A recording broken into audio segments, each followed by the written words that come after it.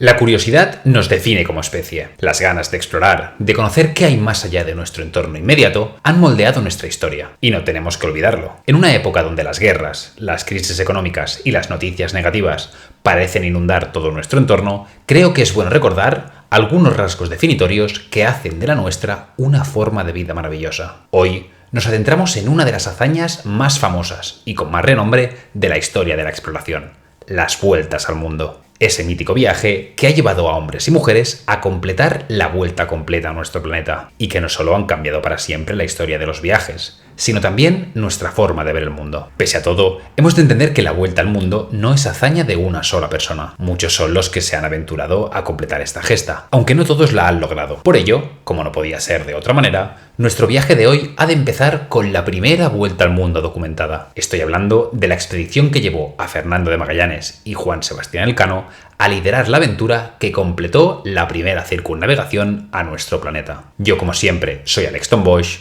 Bienvenidos a Objetivo Horizonte. Empecemos por el principio. Nos encontramos en pleno siglo XVI, un momento en el que el mundo estaba a punto de ser testigo de una de las mayores proezas de la exploración humana: la primera circunnavegación al planeta Tierra. Aunque ahora entraremos en más detalle, hemos de entender que esta gesta, iniciada por Fernando de Magallanes y completada por Juan Sebastián Elcano, no solo demostró que la Tierra era redonda de una manera práctica, sino que desafió todas las limitaciones que hasta entonces se pensaba que existían en la época, abriendo nuevos horizontes para la exploración y el comercio global. Esta expedición duró casi 3 años, atravesando mares y regiones desconocidas hasta entonces, enfrentándose a condiciones extremas y superando conflictos, tanto internos como externos. Una expedición que cambió el curso de la historia y alteró para siempre nuestra percepción del mundo y sus inmensas posibilidades. Pero antes de entrar en detalle sobre la expedición, creo que es importante entender el contexto en el que nos encontramos. A comienzos del siglo XVI, Europa se encontraba en plena era de los descubrimientos, impulsada por el deseo de explorar territorios desconocidos y por la necesidad de encontrar nuevas rutas comerciales hacia Asia. Principalmente las especias se habían convertido en un producto muy valioso, y el control de la ruta hacia las islas donde se producían, las que hoy se conocen como las Molucas, en Indonesia, era esencial para la dominación económica del momento. No hay que olvidar que la llegada de los europeos a América en 1492 sentó las bases de toda esta era de la exploración. No solo se había descubierto un nuevo continente, también se había desatado una fiebre por la exploración y la conquista entre las potencias europeas, algo que se veía como una herramienta para explotar los recursos que ofrecían todos estos nuevos territorios. En todo este contexto, España y Portugal emergieron como las principales potencias marítimas, cada una buscando extender su influencia y su imperio en el mundo. La firma del Tratado de Tordesillas en 1494 fue la consecuencia de todas estas disputas entre ambos imperios.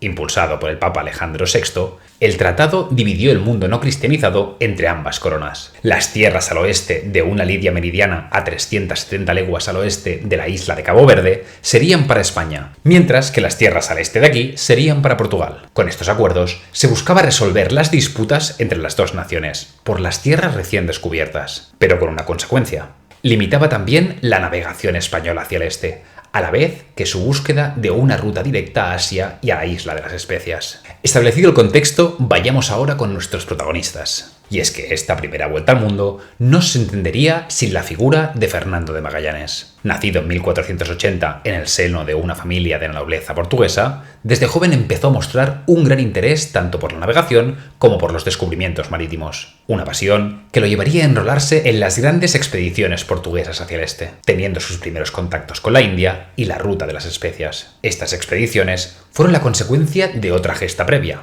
la de Vasco de Gama, el primero en abrir una ruta marítima entre Europa y la India, navegando la costa africana y superando el Cabo de Buena Esperanza. Sin embargo, tras sus primeras aventuras, a su regreso a Europa, Magallanes tenía una nueva motivación: conseguir llegar al Océano Pacífico a través del Atlántico Sur. Esto resultaba del todo revolucionario. Por un lado, daba por sentada la premisa que la Tierra era redonda, algo que en el entorno europeo aún no había sido demostrado. Por otro, como hemos dicho, también habría la posibilidad de abrir una ruta comercial por el oeste, algo que potencialmente podría acabar con el monopolio portugués y su ruta hacia el este.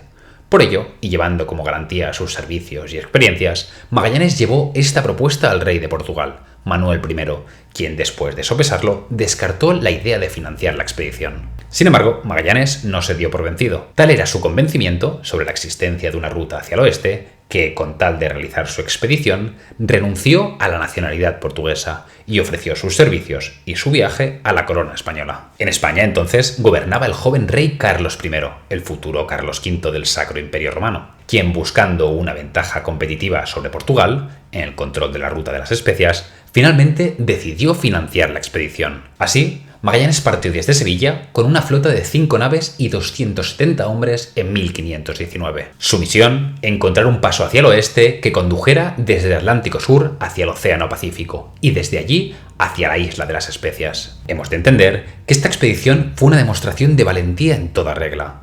La primera etapa del viaje partió desde las Canarias hasta la costa americana. Desde allí, las naves recorrieron toda la costa este sudamericana, un territorio que nunca antes había sido explorado. Esto comportó, por supuesto, diferentes dificultades, desde tormentas y corrientes marinas desconocidas hasta entonces, que pusieron en peligro a la flota, hasta la resistencia de la misma tripulación por continuar. Sin embargo, la primera parte de este viaje concluyó con éxito en octubre de 1520, con la llegada y descubrimiento del que ahora se conoce como el Estrecho de Magallanes. Este paso natural, que conecta los océanos Atlántico y Pacífico, fue uno de los hallazgos más importantes de la expedición, aunque también uno de los más peligrosos, llevando a una de las naves al naufragio y causando la deserción de otra. Tras navegar por el estrecho, la expedición se encontró con el hasta entonces inexplorado Océano Pacífico. Y este fue otro de los puntos importantes.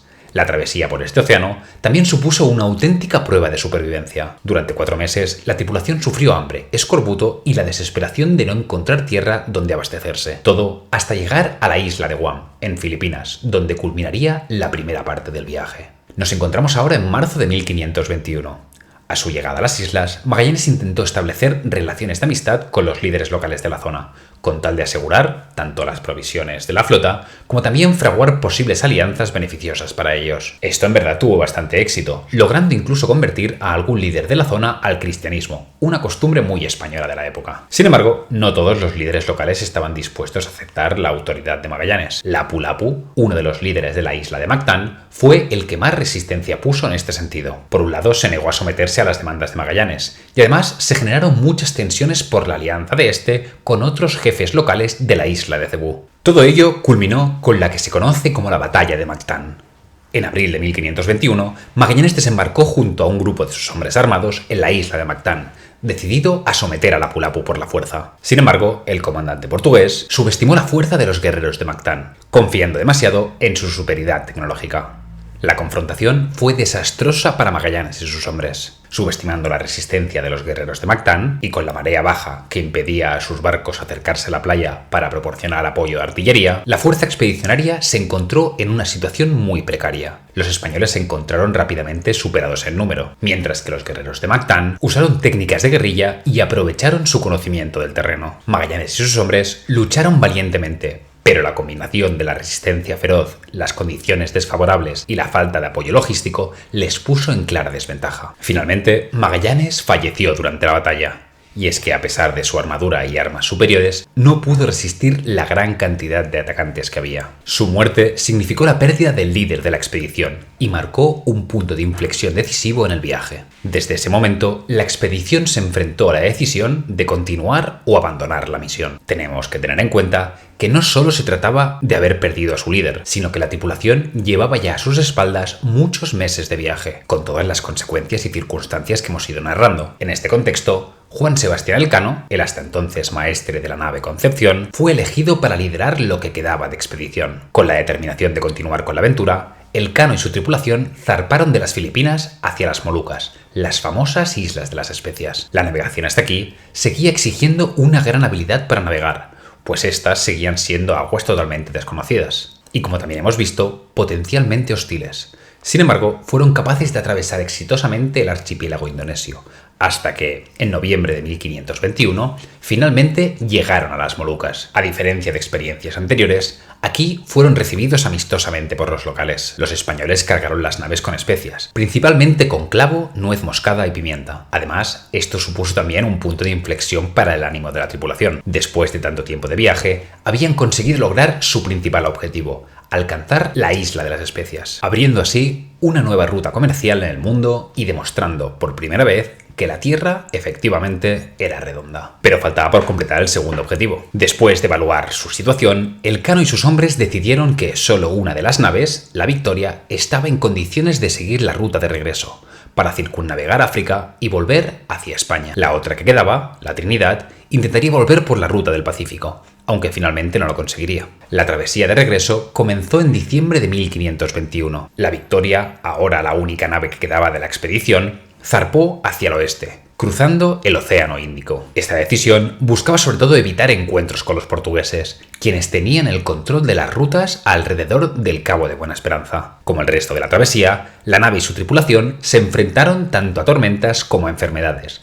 y la constante amenaza del escorbuto. Pero a pesar de esto, lograron rodear el Cabo de Buena Esperanza en mayo de 1522, poniendo rumbo a España a través del Atlántico. El 6 de septiembre de 1522, la Victoria llegó a Sanlúcar de Barrameda, completando la primera vuelta al mundo de la historia documentada. Este logro, como imaginaréis, representó un hito sin precedentes en la historia de la exploración y tuvo un impacto enorme tanto en el momento como a largo plazo. Por un lado, el viaje de Magallanes y Elcano y su tripulación demostró efectivamente que la Tierra era redonda, además de proporcionar información valiosa sobre los océanos y los territorios que habían explorado. También abrió una nueva ruta para el comercio de las especias, lo que supuso un desafío para el entonces monopolio portugués. A largo plazo, la expedición marcó el inicio de una nueva era de exploración global, que llevaría a la creación y desarrollo de lo que más tarde serían los imperios coloniales. Además, por supuesto, de un intercambio cultural y comercial sin precedentes hasta el momento. Pero hay más. Esta primera vuelta al mundo marcó y definió el espíritu aventurero y de exploración de la especie humana. Un espíritu y un ímpetu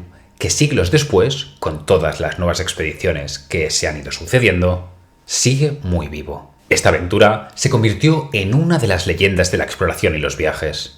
Un recuerdo y una inspiración que sigue empujando a soñadores y viajeros de todo el mundo. Aunque hoy en día parece que con los avances en las comunicaciones y la movilidad el mundo se ha hecho más pequeño, no hemos de olvidar que no es así. Nuestro horizonte de exploración siempre va a estar frente a nuestros ojos, esperando a que descubramos los límites infinitos que nuestro mundo y nuestro universo nos ofrece. Y esto, para cualquier viajero, es esperanzador.